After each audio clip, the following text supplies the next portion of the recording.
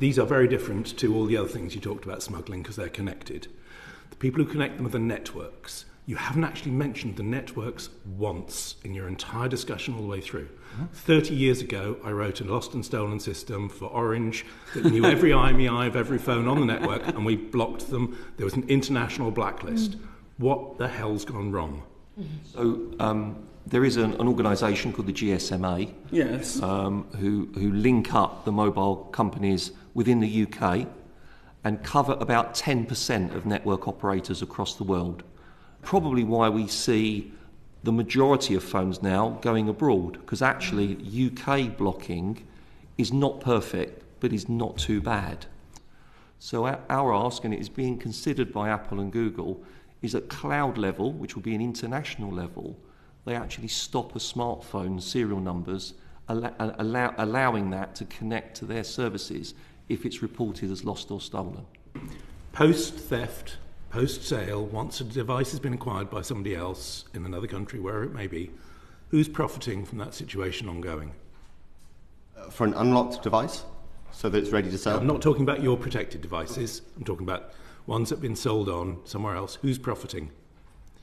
Well, I mean, that's probably more a question for our metropolitan colleagues, because they obviously break down the entire supply chain, but there is... Not in terms of the theft, not in terms of the shipping, I'm not talking about that portion of it. Once it's in somebody else's hands, who's making a profit from that?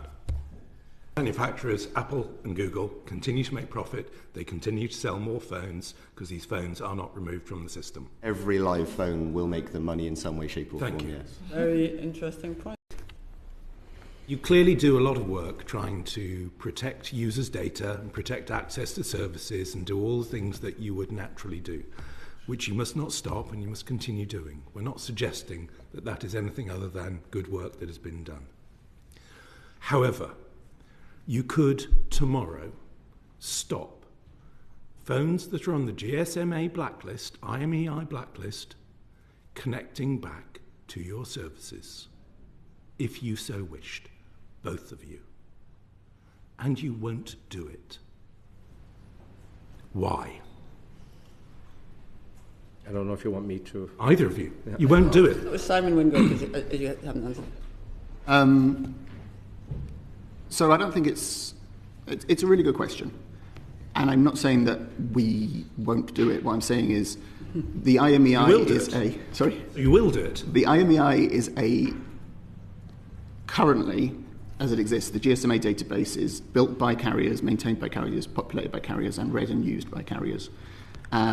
If we want to change that so that it becomes a database that is used by other actors to do other things to devices, to block them in other ways, I think it's an industry-wide discussion that is not in sort of my power as an engineer at Google. And from my point of view, what I'd want to see for an IMEI blocking solution is to understand technically how it would work, how would the IMEIs get provided, how would safety be assured, how would privacy and security be assured.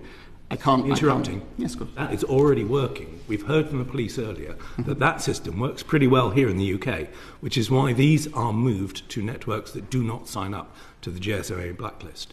You are the central point that can actually close that gap, which would then stop phones being stolen of any type, of any age, on the streets today, being used in some far-off country where they don't implement the blacklist on their network. You could implement it for them over the top.